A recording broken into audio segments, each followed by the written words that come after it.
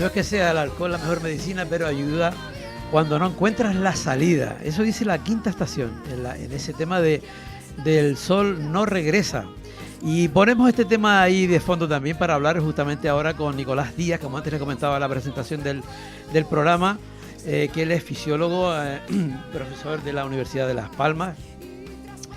Y su última etapa, escritor, escribe por todos lados, escribe cuentos, novela negra, investigación, en fin, todo eso. Pero ahora tiene que ver su última novela, que se llama Carmen Tequila y la ola de lobo. Y tiene mucho que ver con este tema, con el tema de la quinta estación, de esto de que estamos comentando, de que el alcohol no es la salida, pero que, bueno, o no ayuda, o ayuda cuando no se encuentra la salida. Nicolás, buenos días.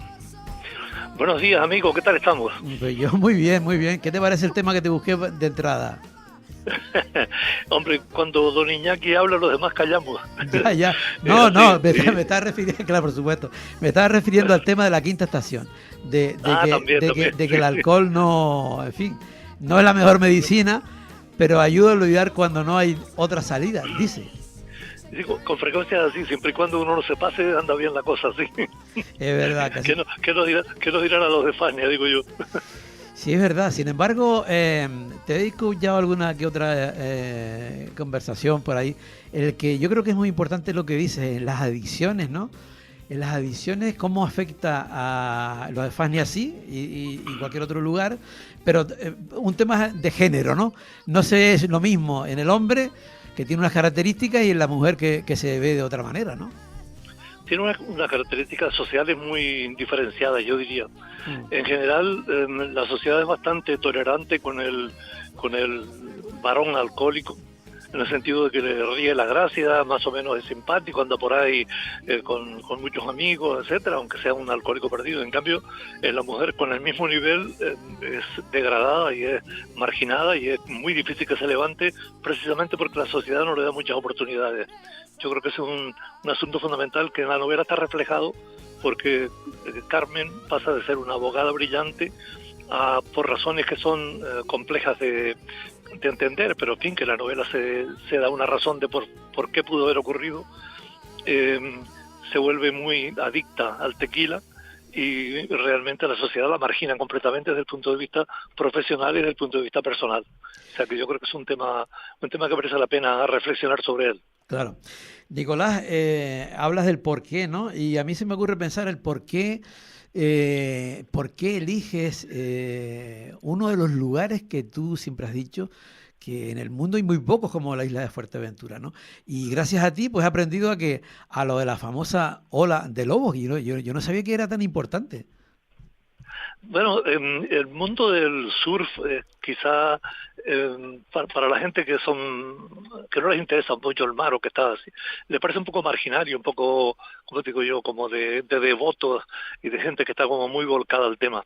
Pero te aseguro que mueve muchísimo dinero, que es bastante importante desde el punto de vista económico, y en Fuerteventura se dan unas condiciones excepcionales, porque tiene algunas olas de las mejores del mundo, fíjate. Por ejemplo, la que está ahí reflejada más como subtítulo en la novela es la ola de lobos. La ola de lobos es una ola que se forma en torno a la isla de Lobos y hace como un semicírculo, ¿sabes? Es como muy rara, muy difícil, muy inusual y muy peculiar también, porque suele ser una ola grande, fuerte, que hace tubos buenos y peligrosa también para quien no es muy experto, de modo que sí. Pero no es la única. En Fuerteventura hay como 20 olas distintas. Algunas de ellas muy interesantes. Yo las he conocido porque mi hijo practicaba el surf y me hizo un poco aficionado a esa modalidad deportiva. Y hay dos más, por ejemplo, que se mencionan en el libro, que son olas que están en la península de Jandía. Una se llama la Turbia y la otra el Tigre, que no son tan frecuentes o no son tan asiduas como la ola de Lobo, pero que son olas tremendas, y cuando salen son un espectáculo desde el punto de vista, incluso, fíjate, mundial. Hay surferos que recorren miles de kilómetros por venir a coger la ola de Lobos u otras olas en Fuerteventura. Sí, o sea, de modo que sí, ¿no? Es una riqueza natural muy importante. ¿Te acuerdas aquella famosa película, no me acuerdo ahora el nombre, que iban los americanos, Apocalipsis Now, ¿no?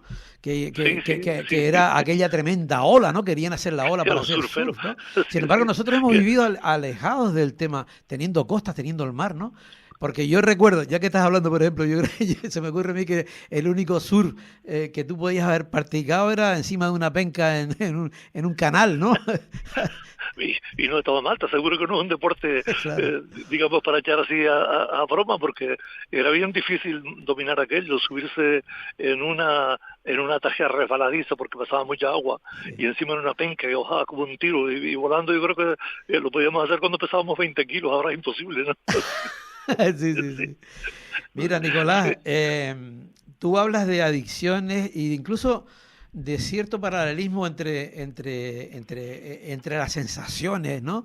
De la práctica del surf y la práctica, y en este caso del alcoholismo, ¿no? Sí, sí, fíjate, Fisiológicamente eso es hablando, un... ¿cómo?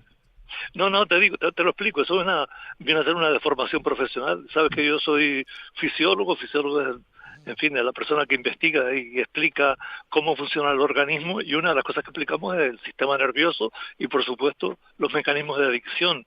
Por qué la gente fuma, por qué la gente se droga, por qué la gente toma alcohol, y también por qué se hace la gente aficionada a los videojuegos, o se hace aficionada al juego en general, a las máquinas tragaperras, Mm. o en este caso al surf. Y dentro en la novela hay un cierto paralelismo efectivamente entre lo que es una adicción a un químico como es el tequila, y lo que se produce con individuos que son locos por el surf, que harían cualquier cosa con tal de coger una buena ola. Y se explica un poco el mecanismo de por qué se produce ese efecto de adicciones y qué cosas, ¿cómo te digo yo?, mantienen en común o tienen en común Mm. ambos tipos de adicciones. Es muy interesante porque yo creo que son cosas poco conocidas, poco estudiadas y de luego nunca noveladas, ¿eh?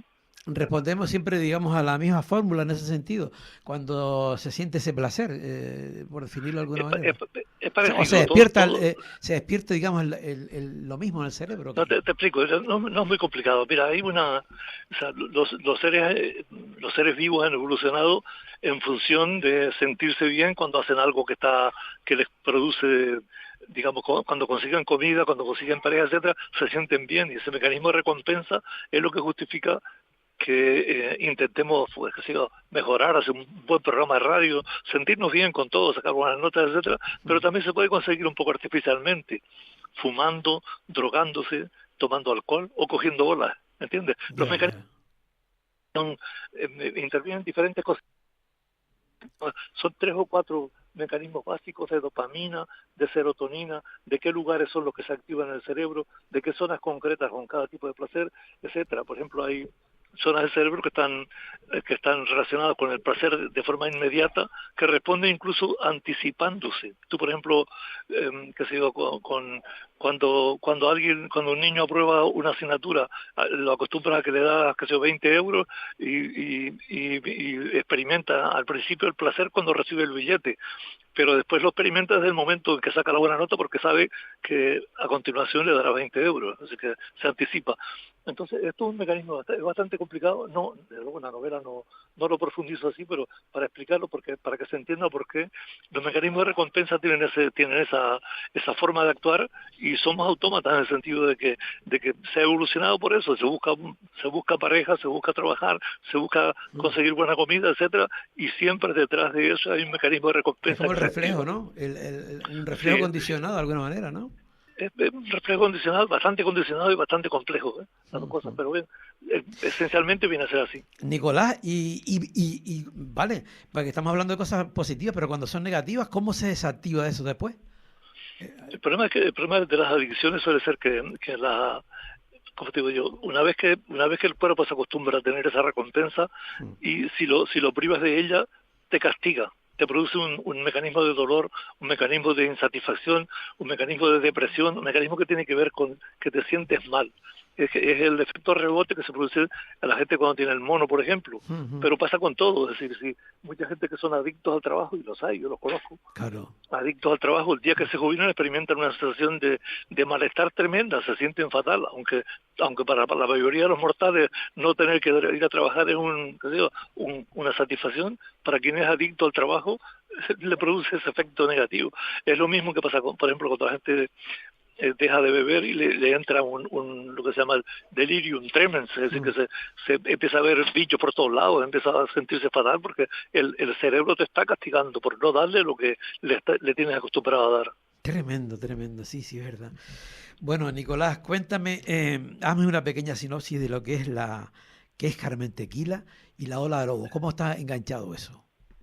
Bien, la novela gira en torno a tres ejes esenciales. Uno tiene que ver con la adicción de Carmen y su situación familiar y cómo se le complica la vida. La segunda es un surfero que en fin, anda de buen muchacho por la vida, pero que de pronto se ve acusado de haber violado a una menor, una menor que encima es turista alemana, y se lía y necesita una abogada y contrata a Carmen dándole una nueva oportunidad para que ella vuelva a la abogacía, ¿no? Y después hay todo un lío que tiene que ver con la extraña familia de Carmen, en la que hay un señor que está metido en el narcotráfico y tiene líos dentro de la incorporación de droga en las islas, y tiene que ver también con la manera en que ellos se van viendo envueltos, tanto el surfero como Carmen, como otro amigo suyo que es surfero también, en un follón de mucha complejidad, pero que se va a ir va creciendo poco a poco y se va a ir complicando, y finalmente pues intentamos resolverlo al final. Hay una situación interesante porque yo creo que la novela empieza y termina en Carmen, es decir, ella es la protagonista, la que inicia la novela y arranca de un momento de su adicción y al final pues de alguna forma va haciendo todo lo necesario para conseguir volver a la situación inicial. Y los surferos pues se ven enredados en una trama de bastante violencia, mucha secuencia policial, mucha secuencia judicial también, y yo creo que en general es así. Pero sobre todo tiene una característica, y es que Carmen Tequila es una novela de mujeres muy fuertes, mujeres majoneras que tienen mucho riesgo, mucha capacidad, como era tu abuela y la mía, gente así como con esa capacidad.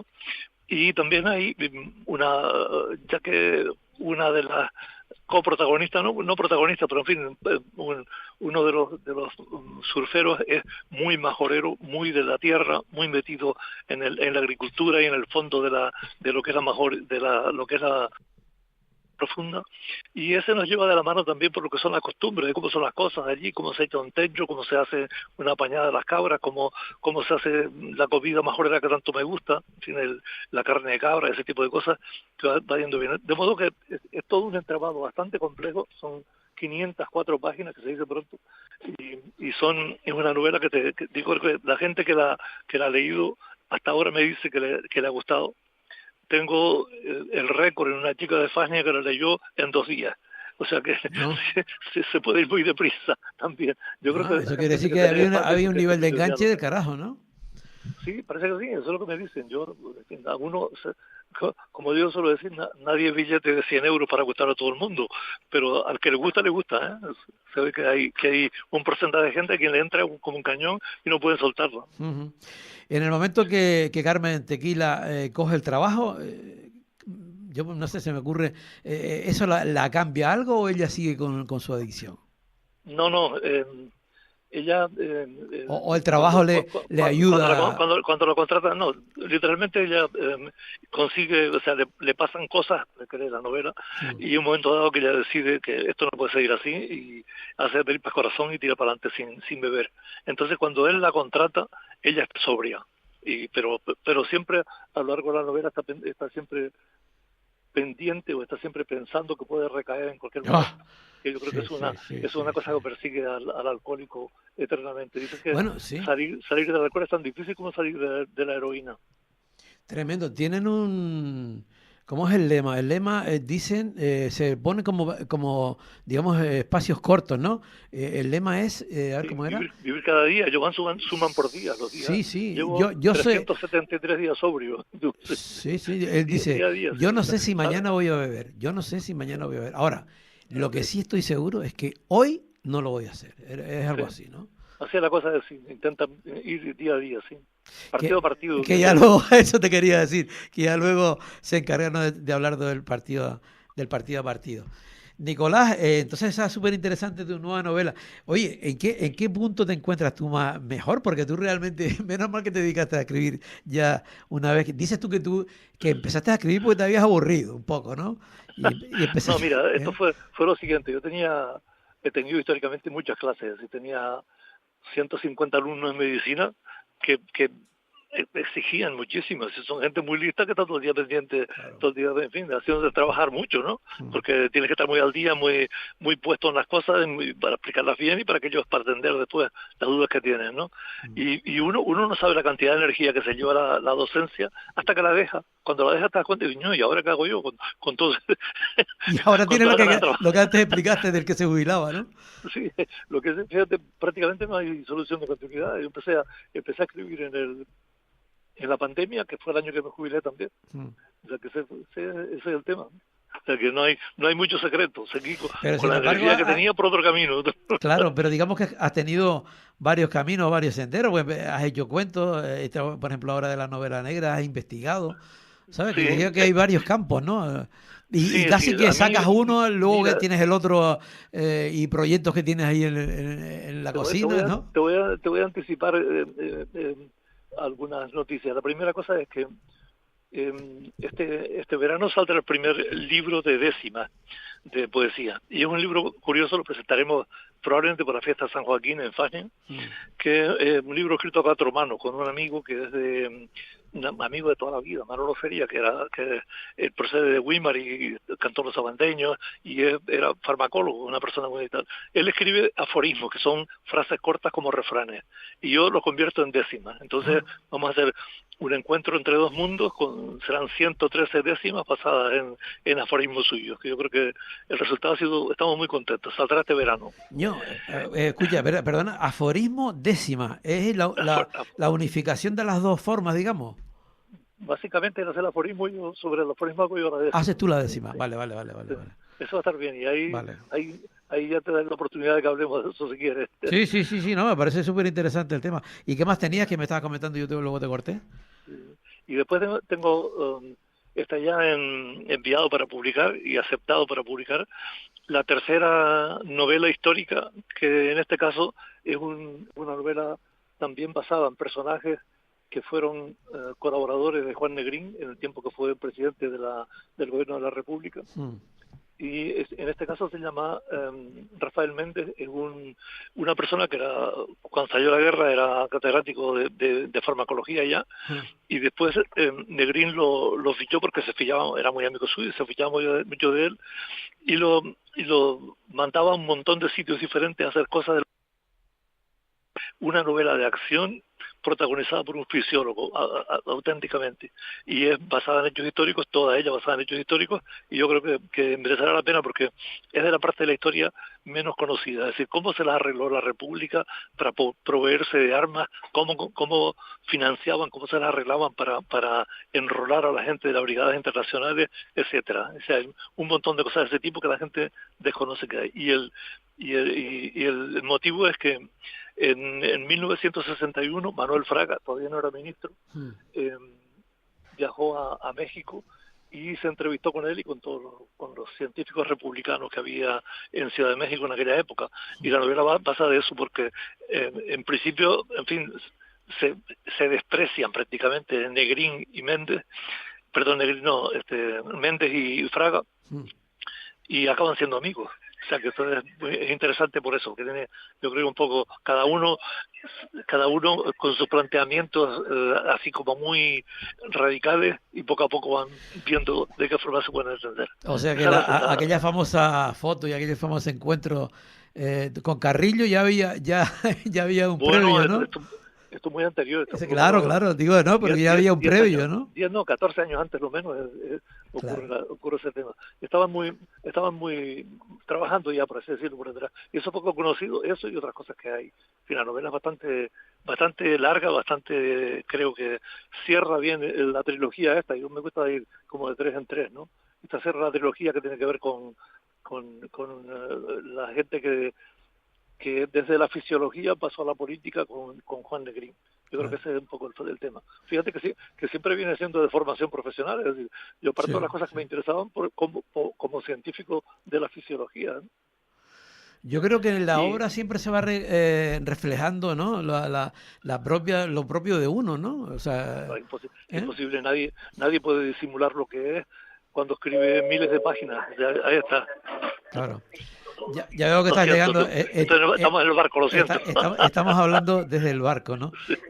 Mira, por cierto, ¿dónde te gusta más escribir? ¿En Gran Canaria? ¿En Fania, aquí en Tenerife? ¿Dónde? ¿En el barco? ¿Tú para escribir estás centrado? ¿Tienes un espacio determinado o dónde te ocurre? Yo escribo casi donde puedo. Es decir, siempre ha sido así. Siempre fue aquí te pillo, aquí te mato. Es decir, en el rato que tengo ganas de escribir y tengo el ordenador cerca, escribo donde no hay ningún problema. Estoy en todo sitio, en Fania, en mi casa, en la facultad, que siga, donde caiga. Qué bueno. Bueno, Nicolás, me imagino que está en las librerías el libro, y para que la gente lo pueda adquirir. Repetimos de nuevo: Carmen Tequila, La Ola de Lobos. Muy bien. Así es. Yo creo que lo pueden encontrar en Tenerife, está en varias librerías. Básicamente en La Laguna estaría en el Águila y también en Lemus. Y en Santa Cruz posiblemente algunas más, pero no sé cuáles exactamente, porque lo distribuyen ellos y eso no lo controlo yo, pero sí están en varios sitios. Vale. Pues nada, que tengas todo el éxito. Ya te volveremos a llamar cuando tengas el tema este que me interesa muchísimo también, lo de los aforismos y las décimas. Una buena fórmula esta, ¿no? Está curiosa. Sí, estamos muy contentos con los resultados. Vamos a ver qué tal. Pues nada, Nicolás, gracias una vez más por haber estado con nosotros y seguimos en contacto, ¿vale? Muchas gracias a ti, como siempre. Gracias, chao. Bueno, pues nada, hemos llegado al final del programa del Rompeolas de hoy, y para escucharnos un nuevo programa pues tenemos que volver a esperar 7 días, que volveremos a estar aquí en los micros de la 10 Capital Radio y también de otras emisoras a lo largo y ancho de Canarias que se conectan pues para llevarle a todos sus oyentes los contenidos de nuestro programa. Ya lo saben, aquí, porque en el Rompeolas aún se huele el sol. ¡Chao! Estás escuchando El Rompeolas con Javier Rodríguez.